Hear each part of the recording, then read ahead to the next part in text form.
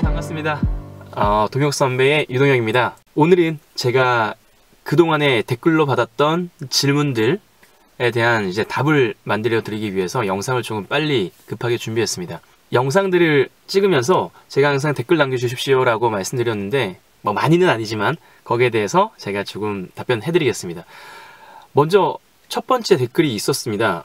제 영상 첫 번째 영상에서 댓글이 있었는데 그때 제가 바로 댓글을 못 달아드렸어요. 근데 이게 삭제가 됐더라고요. 근데 제가 기억하고 있었던 게 승무원들 팀은 뭐 바뀌나요? 뭐 혹은 뭐 1년에 한 번 바뀌나요? 아니면 2년에 한 번 바뀌나요? 쭉 가나요? 그런 거에 대한 질문이었던 것 같은데 대한항공이나 아시아나항공이나 팀은 1년 단위로 바뀌게 됩니다. 그래서 1년 동안 이제 대한항공에서는 팀, 아시아나항공에서는 그룹이라고 얘기를 하는데 그러면은 또 여기서 질문이 있죠. 그러면은 1년 동안 그 팀이랑만 비행을 합니까? 라고 아마 또 궁금하실 거예요. 거의 대부분 기본 팀 단위로 비행을 하되 꾸려지되 그 비행기 노선이 작을 때가 있고 혹은 또 클 때가 있고 일단 비행기 노선이 작으면은 팀원들이 전부 다 같이 비행을 할 수 없는 비행기이기 때문에 흩어지게 되죠. 그리고 다시 다음번에 비행 스케줄이 나온다 하더라도 그 스케줄이 이미 어그러져 있기 때문에 1년을 비행한다 하더라도 스케줄이 한번 조금 어긋나면 참 맞추기가 힘들고요.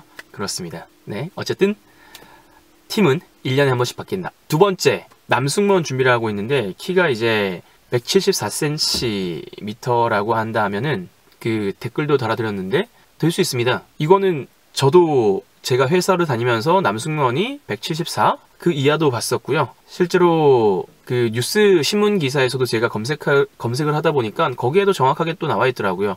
남자들의 합격하고 난 뒤에 신장이 170 초반부터 뭐 180 중후반까지. 근데 키가 조금 작다는 거는 요즘에 키높이 구두 좋은 것도 많이 나와 있잖아요. 예, 깔창 끼우시고 거기에 맞게끔 끼우시고 난 뒤에 근무하셔도 전혀 부담 없습니다. 저 역시도 요즘에 키 크신 분들이 좀 많아가지고요. 비행할 때 깔창을 좀 끼고 있었습니다.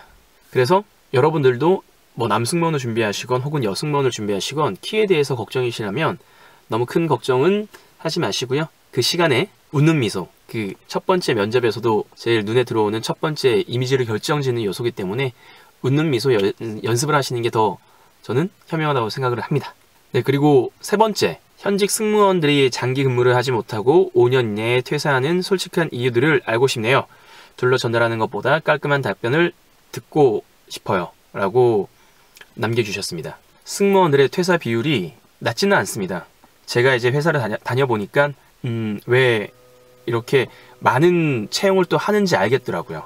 그만큼 퇴사하는 인원이 많기 때문에. 정말 퇴사하는 이유가 정말 많죠. 뭐 개인적인 이유부터 해서 혹은 그 외적인 이유까지 직장인들과 비슷하지 않을까요? 근데 직장과는 또 다른 이유가 분명히 있습니다.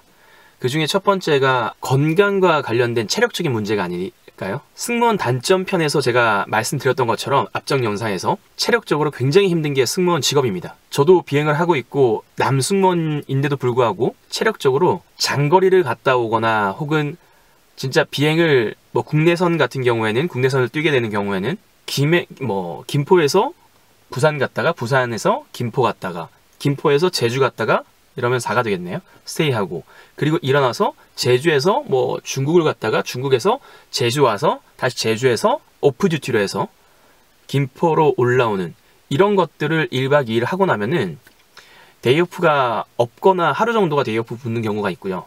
장거리 노선을 갔다 오고 난 뒤에도 미국이나 유럽을 갔다 왔을 경우에도 3박 4일 하고 난 뒤에 데이오프가 이틀이 붙습니다. 회복하는 시간이 굉장히 부족해요. 그리고 난 뒤에 다시 만약에 비행을 3, 4일 장거리를 간다 하면은 이 체력이 계속돼서 약해지고 그리고 피로가 쌓일 수밖에 없죠. 그래서 정말로 체력적인 문제가 제일 커요.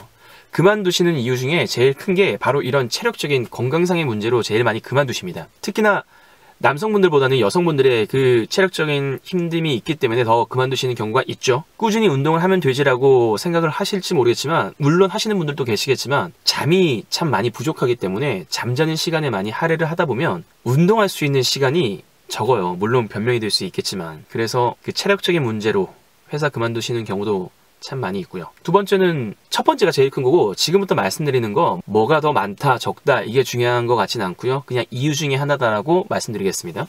적성. 막상 이 비행을 내가 꿈꾸는 비행을 해외를 많이 나가고 그리고 많은 사람들을 만나고 다양한 경험을 할 수 있기 때문에 시작을 했는데 내가 생각한 거와는 너무 다르게 서비스업이다 보니까 항상 슬퍼도 웃어야 되고 내가 승객을 만나서 기분 안 좋은 얘기를 들어도 그 앞에서 웃어야 되고 그리고 그 웃는다는 게 결국에는 제 성과와 또 연관되는 거기 때문에 근데 제가 왜 여기서 성과와 연관된다고 말씀드리냐면 칭송받는다고 해서 칭찬받는 이제 그런 얘기죠.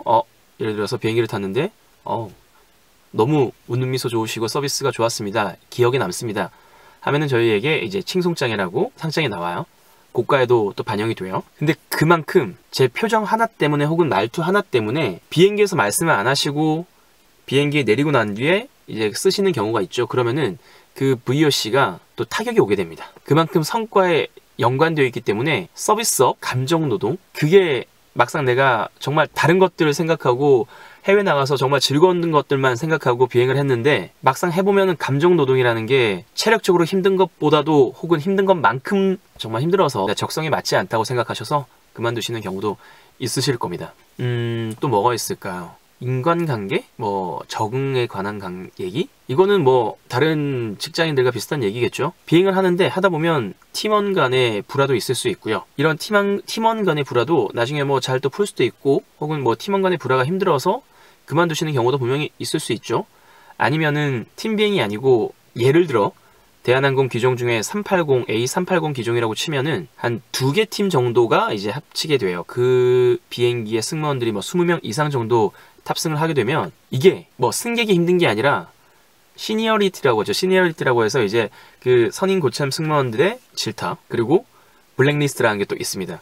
블랙리스트에 누가 비행을 하면 진짜 그만두고 싶다. 왜 블랙리스트에 이름 올라갔는지 알겠다 라고 말씀을 하시는 경우도 있습니다. 그래서 그런 인간관계나 그런 것 때문에 그만두시는 경우도 있지 않을까 싶습니다.